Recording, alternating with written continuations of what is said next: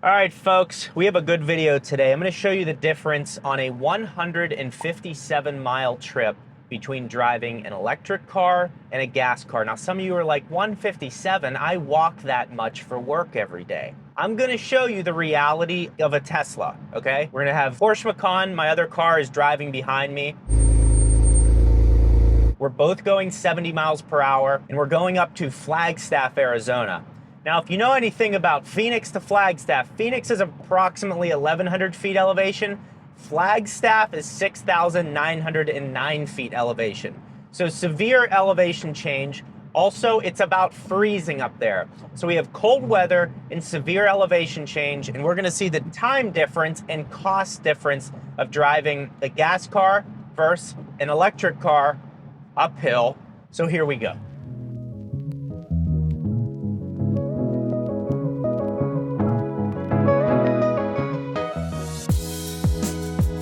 All right, so one thing I want to show you here, look, it says we're going to get to Flagstaff with 12% battery. Now, normally what the Tesla wants to do is it wants me to stop before I actually get there. I eliminated that stop because I know I should be able to make it on one charge, because the car is a 291 mile range on a 157 mile trip. That should be no issue. So I'm just going to see what the end result is. Car is showing a 281 mile range at 96% charge. So we're at about 10 or 9% battery degradation at 52,000 miles. And also, battery degradation is not linear. It doesn't continue to fall at 10% every 50,000 miles. Some people are at 110,000 miles and it's still at 10%. So just something to be aware of. Also, if you're new to owning a Tesla or you haven't bought one yet or you're thinking of ordering it, there's confusion out there as to what autopilot and full self-driving is.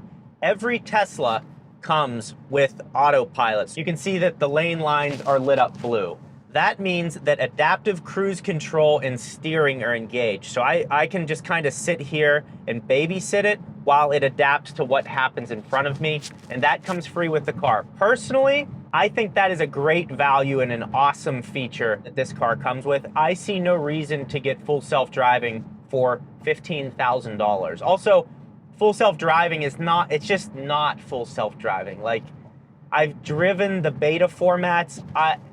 I don't see the value. Even if it was $5,000, I don't think I would buy it. I like driving, and I think autopilot is such a great value that I see no additional value in the car being able to drive me. Because every time I've done it, it's like, oh, I wouldn't have done that, I would have done this. It's just not for me. So I just don't want people to go and spend $15,000, because people do it, and they don't even know what they're buying. And then that gives you zero additional value when you're selling your car back to Tesla. Tesla does not value the full self-driving software at all. So there was someone that traded in a Model 3 and they gave him like a $20,000 valuation, but it had full self-driving. They don't give you anything additional. If you're selling it privately, you could get more for yourself, but the software ultimately needs to be a license that you can pass on to other Teslas. So I would buy it if I could take that license and then put it into another Tesla that I would buy. That would secure me as like a Tesla customer just because you've invested in it long term. But to me, I see no value in it. Also, a lot of people have asked what this is. That's TeslaLogix. I'll have that linked in the description, but it adds some additional features. You sit your phone there and it just is more data on your car and on the trip. If there's one thing I hate in this world, it's being cold. And that's why when I'm walking through this snowy environment, I'm wearing my INTOTHEAM basic hoodie. It's so incredibly comfortable. My wife even looks at me different when I wear this. Now, you put your hands in here, the pockets are separated, and on the inside of the hoodie here, there's a little special pocket here. So you see this little special pocket? You can put little things in there that you want to keep separate from the Gen Pop. So look, this is a great hoodie. It's very comfortable. INTOTHEAM's have been a great sponsor on the channel. Use code Gjeebs to save 10% on their website. These are their basic hoodies. They are very, very comfortable. And then underneath, you know your boys got on the basic tee. Also, microphone does not come with the hoodie, but these are extremely comfortable, keeps me warm. INTOTHEAM, thank you for sponsoring the video. Use code Gjeebs to save 10%, and you can use that to add on top of any discount that they have currently going on their website. Also, as you can see now, it says I'm going to get there with 23% battery to the supercharger in Flagstaff. So I'm going to get there with plenty of charge. When I first started out on this trip, it said I was gonna get there with 5%. So what I'm trying to show you is how conservative this computer is with keeping the car between 20 and 80%. So these things will adapt, and as you own your Tesla, you're gonna get very used to this stuff. I've learned I can leave a supercharger when it says 5 or 0%, we're gonna be totally fine. So take your Tesla on a road trip. A lot of Tesla owners are like, oh, I've not taken it on a road trip yet. I'm like, you're 60 years old. You need to start taking chances in life, okay? You need to start taking chances. Now, the range in the Macan is significantly better. It only gets 23 miles per gallon highway, but it has a 19.8 gallon tank. And also, I've explained this in previous videos, but EVs are incredibly efficient. They're running on the equivalent of about 3 gallons of gas. The Model Y is specifically. The Macan has 19.8 gallons of gas. So when things happen like it's around freezing or you're going uphill, it's more impactful on an EV compared to a gas-powered car because of how efficient they are. They're not gonna slap a massive battery in it. My Tesla weighs the same as the Macan.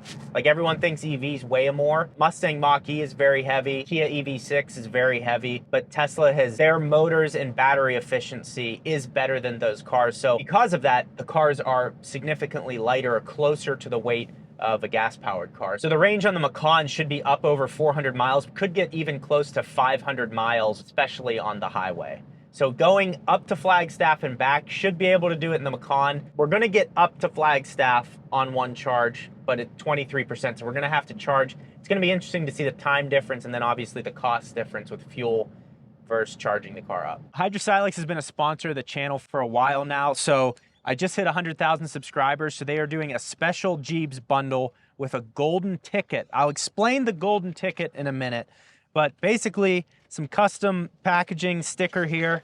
Open it up. These are the 3 bottles that I like. Code Gjeebs February will save you 25% on their website, or Gjeebs March. It changes with the month. Save 25% with my code, and you can still use that on this bundle. So it comes with the ceramic waterless wash, ceramic glass cleaner, and then the interior, the plastic and leather cleaner, which is excellent, especially for the interior of Teslas. Comes with also, I'm gonna make a mess here, some confetti, pack of the microfiber towels, a specific Gjeebs sticker with the 100K on it, and me at a supercharger there. So very nice of Hydrosilex, first of all, to be supporting the channel for this long. You guys love their stuff, and they always offer a generous discount to everyone. That's all the time through this channel. So Hydrosilex, thank you very much. This is just launched. If this video is live, this is just launched. There's only 100 of these boxes, and one of them has a golden ticket in it. If you get the golden ticket, you will get Hydrosilex's entire lineup in the 16-ounce bottles. So guys, really appreciate your support with Hydrosilex. Very cool of them to do this for me. And I'm interested to see which one of you gets the golden ticket. Good luck. As I'm climbing up this hill here, it reminds me of the one time my wife and I took her Ford Escape. She had a 2015 or 16 Ford Escape. She bought it brand new, all this stuff. We took it up to Flagstaff. Car went into limp mode because the transmission couldn't handle going uphill for that amount of time. Well, I think it had a 1.6 liter turbo, 4-cylinder turbo, or 2.0. It's probably a 1.6. It's like unbelievable. It couldn't even go uphill. It's the end of that story. If this is your first video you're watching, you're probably like, oh, he's biased because he has a Tesla. Partially true, because I took my money and I decided that it was best spent on a Tesla. I really don't care what EV you buy. I review them all. I feel like I'm pretty unbiased in them. Really what it comes down to me when I'm reviewing a different car outside of Tesla that's electric is because the gas network is excellent. But the electric charging network, the third-party network, is unreliable. Like, that's a fact. There are certain sections of the country where you can just travel and have no problems, and it's just like the Tesla network. I just find the Tesla network is not clunky at all. You pull up to a charger, you grab the charger off the hook, and you put it in your car. There's no messing with a credit card. Again, Tesla being vertically integrated into the charging network is so incredibly smart and such a huge advantage right now. So we'll see what happens when they open it up. That's really it. Like Mustang Mach-E, VW ID4, those cars are better built because those companies are better at building cars, whereas Tesla is best at building batteries. The tolerances are just not as tight on a Tesla. Now, you can get one that's perfect, for sure, and I think most are, but the chances of you getting one where there's a slight misalignment somewhere is higher. Oh, that was good. Is higher than on one of those other brands. That's the build quality issue for the most part. And then also Teslas ride pretty stiff. The 2023s are better. They have a retuned comfort suspension on the long range models. The performance models still ride stiff because of the stiffer springs, lower suspension. But that's it. And then Tesla's also far, far ahead in terms of their infotainment system. The updates that this thing provides are incredible. Like, they're meaningful updates. And if there's things like your car lacks, and you're like, man, it'd be nice if my Tesla did this, it's most likely that that's going to be coming out in the next update. So that's been my experience. So in terms of that, that's where it's better. But I'd say if you're new to electric cars, I would recommend getting a Tesla simply because it's the easiest transition from going from gas into this new form of transportation. Like, the nice thing about driving a Tesla is you can go to your brain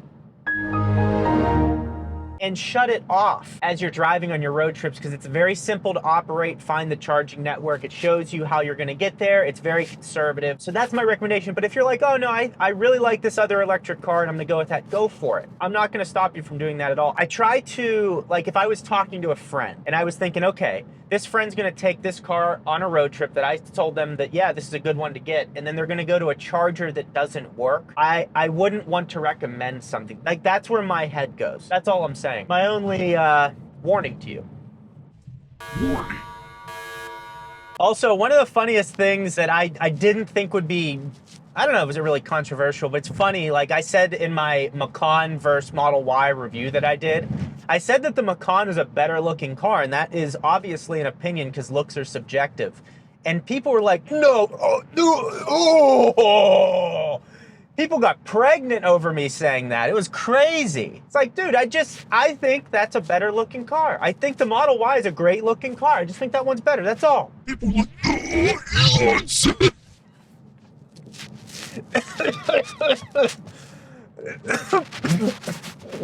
Oh.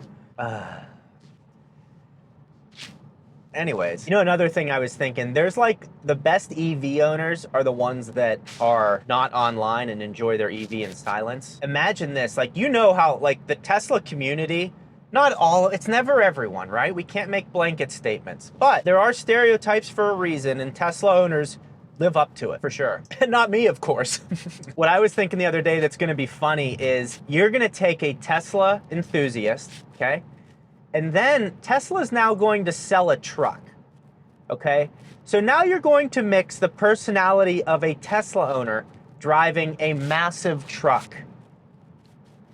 I mean, you've created, I don't even know what that's equivalent to. You think those lifted trucks running around rolling coal on each other on Priuses, you think those people are bad? Wait till a Tesla owner gets a hold of a truck. Oh no, that's gonna be bad. Just saw an eagle overlooking his land, and I thought to myself, imagine how good the mental health is on that thing. Just being outside, looking over the land, not looking at a screen. You're all watching me on a screen right now, and I'm looking at a camera that's on a screen. So that eagle's probably, God, he's probably so sharp. The Macan has made a comeback. It made it up the hill. Look at that thing. Yeah, baby. Now that's a good looking car. Got some wild cow on the loose. Kretschmar. It's crazy. The Phoenix Open is going on 2 hours south of here, and then there's snow all over in Flagstaff. Pretty incredible. You could ski and play golf in the same day in Arizona. All right, made it here with 13% charge, 34 miles of range. So you can see the uphill, and the temperature is a little bit of a cause, but yeah, car is charging up. Andrew's made it safe. Macan is here safe. What mileage was left on it, do you know? I think it said like 280 or something like that. All right, so the Macan range is around, I think, 280. So Macan is easily gonna go down and back from Flagstaff, especially down. It's gonna run really efficient. Let's see what we got here. All right, let's see what the range says. 246 miles of range. So yeah, easily gonna make it down and back to Flagstaff. Tesla, obviously, we have to charge it. It's gonna be interesting to see what we end up with. All right, so we're headed back after that charge session. Charge started at, we'll say 9:50. We were done at 10:31. So a 41-minute charge session, and that was to get up here. So the difference going up to Flagstaff from Phoenix is 41 minutes, because once you get here, you do have to put in that charge to be able to get back. Now, if Flagstaff is your destination and you have a charger up there, then you're fine. Going home, I'm gonna make it back with, right now it says a 29% charge. So we're gonna get back with a 29% charge all the way back. And the reason for that is because I only charged the car to 80%. On the way up, I had the char charged to 100% to be able to make it in a charge. The reason I'm gonna be able to make it there with only 80% this time and plenty left over is because we're going downhill most of the time, and the regenerative braking is putting energy back into the battery. So it's kind of nice when you're going downhill on trips, uphill very inefficient. I'm interested now to see what the cost difference is between the two of them. That's the question. How much does it cost in electricity compared to gas? I think it's going to be closer than we think, especially with gas prices. They're kind of normal right now, maybe a little high compared to where they were, where it was a huge difference with electricity before. I think it's much closer. Let's see what it is. So here are the results. 315-mile total round trip. The Macan got 13.33 miles per gallon. This cost $60.76 for me to refill the car after that trip, or 19 cents per mile. The Model Y was cheaper. However, it came with a 40-minute charging session once we got up to Flagstaff. That session was at 41 cents per kilowatt hour, and 47 kilowatts were added at $19.26, or 6 cents per mile. So about a third the cost of the Macan on this trip. Now, obviously the Macan running at 19 miles per gallon, not very efficient. So if you had a more efficient car, you could close the delta in terms of how much it would cost to run the car. Now, if you want to watch me drive my Tesla Model Y across the country, you're going to click this video right here. That'll give you a realistic idea of what it's like to do a 2,000-mile road trip.